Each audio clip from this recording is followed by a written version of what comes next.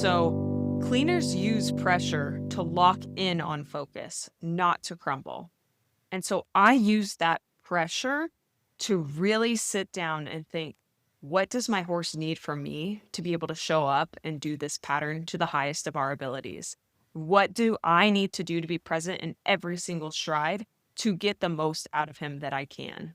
And pressure reveals who has done the work and who hasn't. And that's what I loved about that situation, is because I knew I had done the work. I had put in the hours in the saddle with that horse to be able to do whatever they want me to do.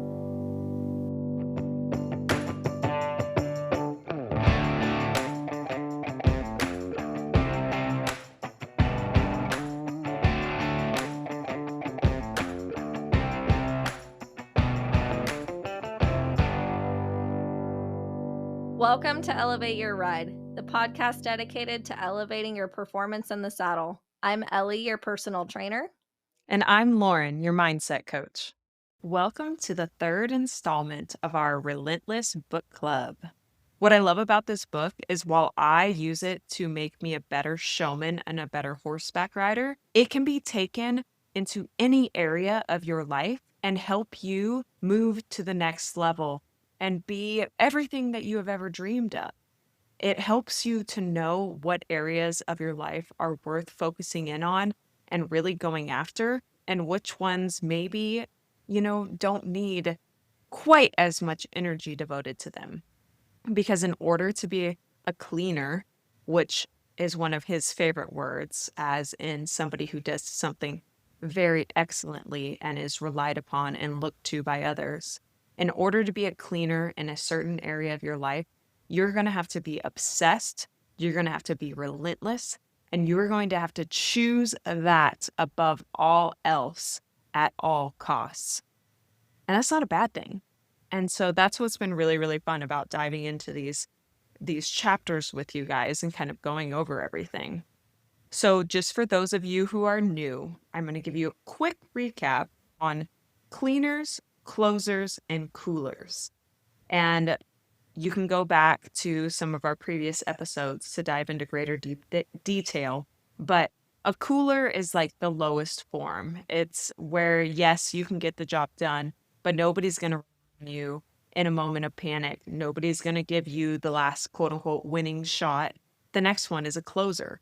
So a closer can be relied upon in kind of some of those end of game situations, but they're not going to be looked at to make decisions, to make those calls that could be the difference between winning and losing.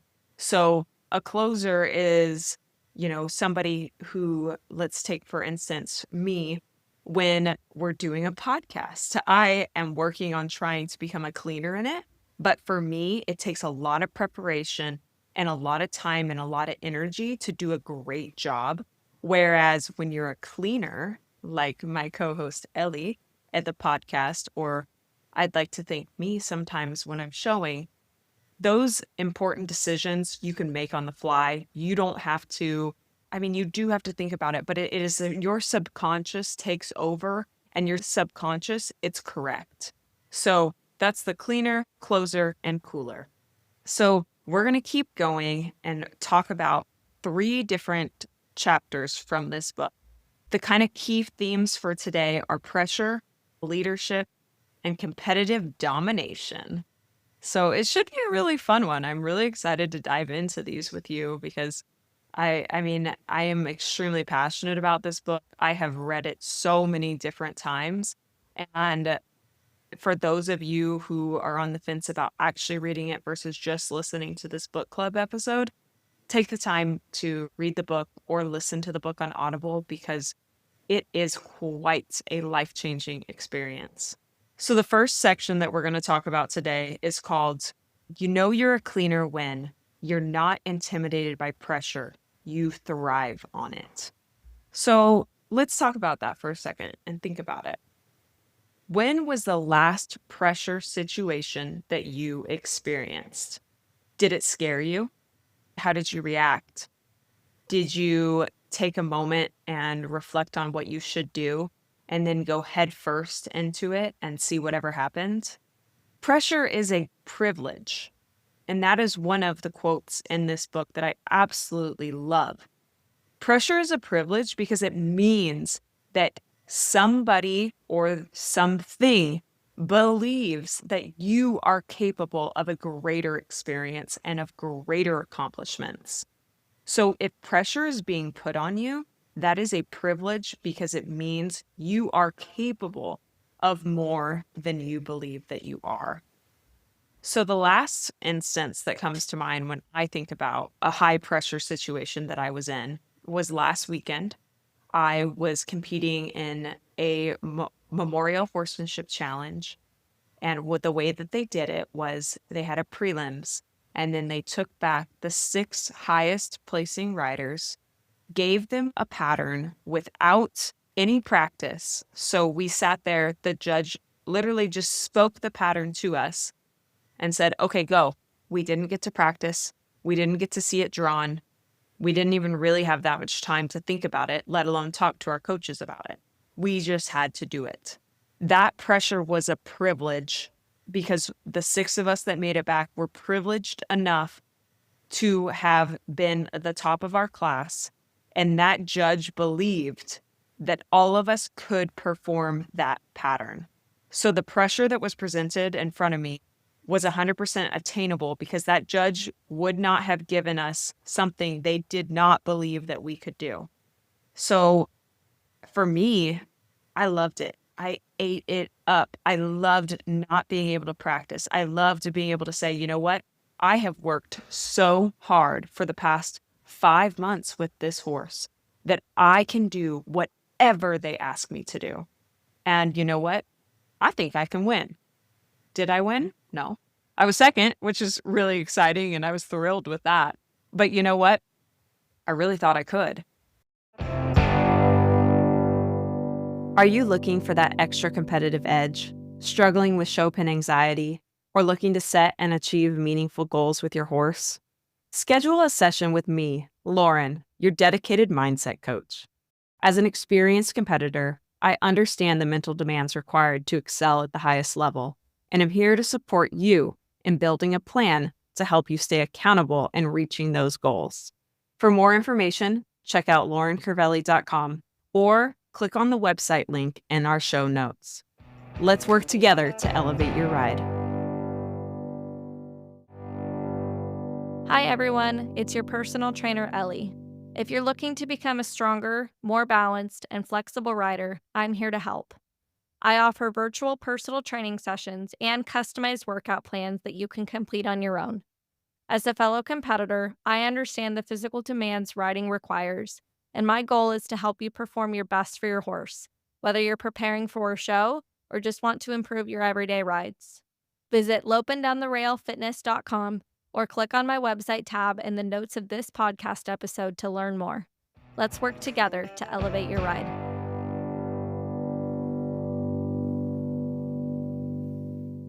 And I think that that is something that gives us confidence and allows us to be a cleaner. So cleaners use pressure to lock in on focus, not to crumble.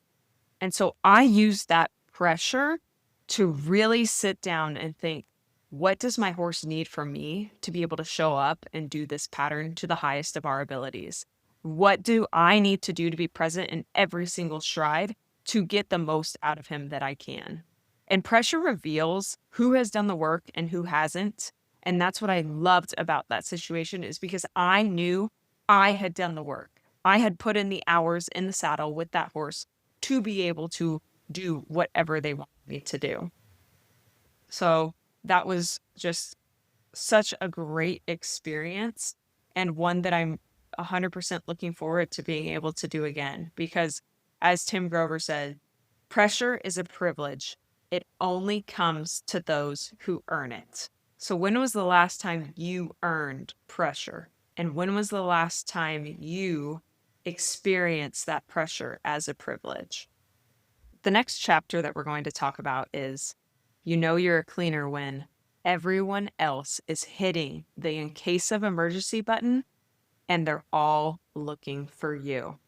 This chapter talks about how as a cleaner, everyone is depending on you to be the anchor under the chaos that is happening. Cleaners aren't loud and obnoxious, they're reliable. That's what makes them great leaders. When I read this chapter, I immediately think of my trainer, Reed Thomas. When everyone else is hitting in case of emergency, we are all looking for him. The way that that man is able to handle any situation with complete calmness, sound mind, and just pure ability to be rational in any situation, it is admirable. And every time I think about how I should be as a leader, I think about him and I think about the way that he shows up for those around him because we can all be panicking and he has it 100% under control. I almost like now look forward to a panic situation because I know that he's going to be able to navigate me through it and teach me ways to not panic in the next time.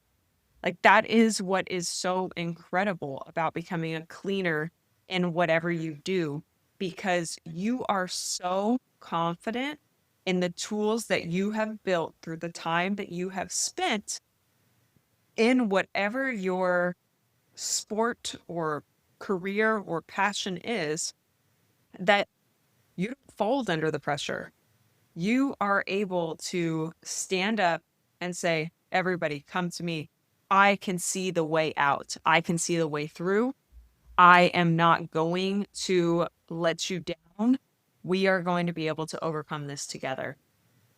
And a great example of that is every morning before showmanship, when he has 17 buns to have to do and a million different questions that we all have for him to be able to go out there and show at our best and say, oh man, is my horse clean? Am I clean? When do I go? How many runs an hour is there? What's my draw? What do you think about X, Y, and Z? And he just handles it and says, I've got it under control. This is the plan. This is how we will execute it. This is when you go up. Boom, boom, boom. Never once shaken. 100% reliable. So, how can you train to become this type of dependable leader? And how can you know that you are ready for that high stakes situation when it does arise? So, a big thing is finding a mentor and a role model like Reed or whoever it is in your chosen field where you can say, okay, this is how I want to perform this. I want to emulate their actions and their thoughts. And you just spend as much time as you can soaking up the way that they respond to people, the way that they respond to pressure, and you embody that. And then, unfortunately, it's going to be one of those things where once the situation hits, that's when you know. But all of it is you really just need to put the time and effort to feel strong and versed and talented to be able to handle anything that comes up. And our final chapter that we're going to cover tonight is when you're a cleaner, you don't compete with anyone. You find your opponent's weakness and you attack. The quote that I love from this chapter is cleaners don't compete, they dominate. And I think a big part of this quote is so true for what we do with horses, because realistically, as much as we think we are competing against our fellow exhibitors, we are competing against ourselves. We're competing against the previous ride that we have. We're competing against the best that we can be and whether or not we can put it out on the table in that moment in front of that judge. So if we go back to that finals pattern that I had for the memorial class, and yes, I didn't win, but I dominated what me and my horse were capable of. And that sounds like a win to me. Cleaners don't care about comparison. They're focused on domination. And I know domination can have a negative connotation, but I think we can also look at it in a positive way where it's like, I was in full control of myself. I was in full control of my horse's actions, moves, and steps. I was completely dominating my mental abilities to get the most out of my horse in that class. I was not comparing myself to the winner or to the other exhibitors. All I knew was it was me and my horse versus that pattern. And whatever was going to happen was going to happen. But if I didn't get the most out of what my horse and I could do, it didn't matter what anybody else did because we weren't going to win. So it was me and my horse versus that pattern. And we dominated it to the best of our abilities. Afterwards, sure, maybe we can compare a little bit to say, okay, where do I need to go from here? But a lot of times you and your trainer kind of know that anyways. So you don't necessarily have to say, "Oh, well, the winner did this and the winner did that. So what am I supposed to do?" I mean, you know where you need to be better. Hey everyone, thanks so much for tuning in to Elevate Your Ride. We're so excited to continue helping you elevate your performance in the saddle.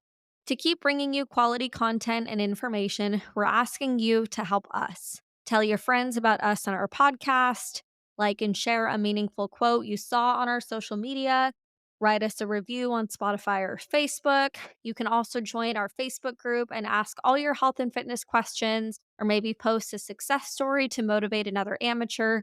Your engagement really helps us support and encourage the equestrian community. We're also inviting sponsors and supporters to help us build our show. As a sponsor, starting at just $150, you'll receive marketing on our podcast, website, and growing social media platforms for your business. It's the perfect way to connect with the equestrian community and showcase your brand to our dedicated listeners. And for our supporters, your $50 contribution gets you a shout out on our social media and website. Every bit of support really helps fuel the show and helps us inspire and motivate equestrians. So, if you're interested in learning more about that, you can scroll down to the show notes of this episode and look for the Become a Supporter or Become a Sponsor links and click on those to get some more information. Thank you for listening. We can't wait to continue expanding our platform and helping you elevate your ride. Hey, Elevate Your Ride fans. Are you loving our show and looking for a way to show your support? Check out our line of Elevate Your Ride merchandise. From stylish t-shirts to cozy hoodies to journals and hats, we have everything you need to represent your favorite podcast. Ready to gear up? Click on the Buy Our Merchandise Here link in the podcast notes, or head on over to our website, elevateyourride.co, and click on the Store tab. Thank you for your support. Make sure to like, follow, and share our platform with your friends. So if we walk ourselves through the pattern that I did, it started with an extended walk. I feel highly confident. It was a great first impression. I got to sit up there and be strong and smiling. My horse's ears were up and we were just march, march, march, march. Go into an extended trot. Another incredible thing that my horse does. So I pushed him as hard as I could, came around that square corner, and he was dialed in. I wanted to ask for a left lead lope departure. And one of the things that we've really been working on is getting that connection and collection right before it. So I wrapped my legs around him, steadied my seat. And when I did that, he immediately slowed down, which, oh, what a great thing to have respond. However, in that instance, I needed to just lope off. So that was the one area where I could have been maybe a little bit better to be at the highest level 3 level. But you know what? That was something that we were drilling and working on, and he responded perfectly. So I wasn't going to be upset. In a way, dominated that because he listened and it was great. So we loped off, did our left lead. I worked really hard to have a very purposeful marching lope that allowed me to then have perfect lead change, which, as y'all know, I've been working on, and don't think I have really any anxiety from that anymore. Exciting. Great progress there. But so we did our lead change, and then we moved into a gallop. And that's the second time I've ever had to gallop my horse in a pattern. And man, I had so much fun. I got to push him, and the harder I pushed him, the more he lifts his back, the better he was in the bridle. And he was so good. I was thrilled because my goodness, we dominated that section. It was great. Then we had to stop, spin. The spin started out perfect.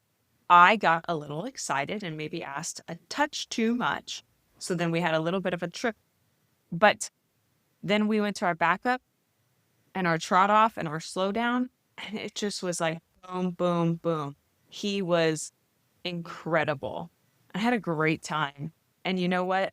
I didn't care what anybody else did in that pattern that day because I knew my horse gave me everything that we could. There's areas that he and I are still trying to work on and be better, but in that moment, we got all of it and I loved it. I was so proud of him. I probably had just as big, if not bigger, smile than the winner did because I was pretty dang proud of my horse. And that is the way a cleaner is. You don't compare yourself to everybody else. You just dominate what you know you can do. A great way that you can do this in your field is to have somebody that you trust, that you can come to with all your hopes and dreams and desires and say, I would like to be held accountable for this. I want to be able to talk with you through the steps and stages and requirements that are going to take for me to be able to be at this highest level. So find that person and let them help you reach this. So to wrap up these 3 chapters, I want to focus on the key ideas that were presented was number 1, pressure is fuel. Number 2, be the calm in the chaos. And number 3, compete to dominate, not to compare. So remember that pressure is a privilege, and that privilege should be fuel to push you to higher lengths and greater levels than you ever imagined possible. Because if you have the privilege of experiencing pressure, it's because someone or something believes that you are capable of it. Number 2, be the calm in the chaos. When everything around you is falling apart, be the one in whatever your chosen obsession and field is that people can look to you and say, they've got the answer. They've got the confidence. They've got the steadiness that I need. Take it and be that rock that people need. Use the knowledge and the time that you have put in order to make yourself the best that you can be, something that people can look up to. And a lot of that too comes with a humbleness and a kindness that says, I can help you come to this level too. And number 3, compete to dominate, not to compare. It's you versus that pattern. It's you and your horse versus whatever you guys did at the last horse show versus whatever you did on your last ride. We are not looking at what our barnmate did, our fellow competitor did, because they are not in the same shoes running the same race that we are. We are advancing at different levels, and that's okay. But we can dominate whatever level we are at that day and still be so proud of us. So after listening to those few chapters, what cleaner trait stood out to you most? Did you feel that there was one chapter that really resonated where you felt like, wow, that's me? Or did you think of somebody who you thought, wow, yeah, I see that in them, and that's why I admire and respect them? What are you going to do in this next week to be able to be that cleaner for somebody else that everyone else can look to in a time of chaos? I'm going to leave you guys with a quote from Tim Grover that I think is just really fitting for where we're at right now. Decide, commit, act, succeed, repeat. You know, this quote really captures the cycle of excellence, and this can be applied to every area of your life. Decide, commit, act, succeed, repeat. Until next time. Thank you for listening to Elevate Your Ride. Find us on Instagram and Facebook, all linked in the podcast notes. We'll see you next time.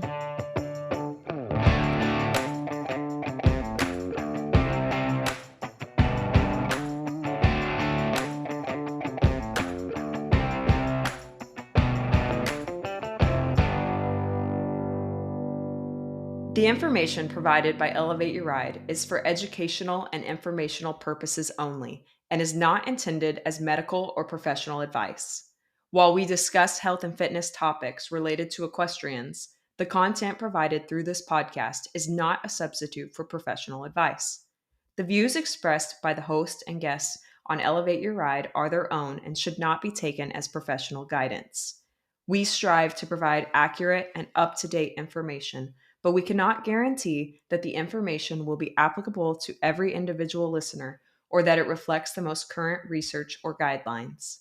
Before making any changes to your health and fitness routine, we strongly recommend consulting with a qualified professional who can provide personalized advice based on your individual needs and circumstances. Elevate Your Ride and its creators will not be liable for any direct, indirect, consequential, special, exemplary, or other damages arising from the use of information on this podcast. Thank you for listening to Elevate Your Ride. We are committed to providing high quality content and appreciate your trust in us as a source of information for your health and fitness journey.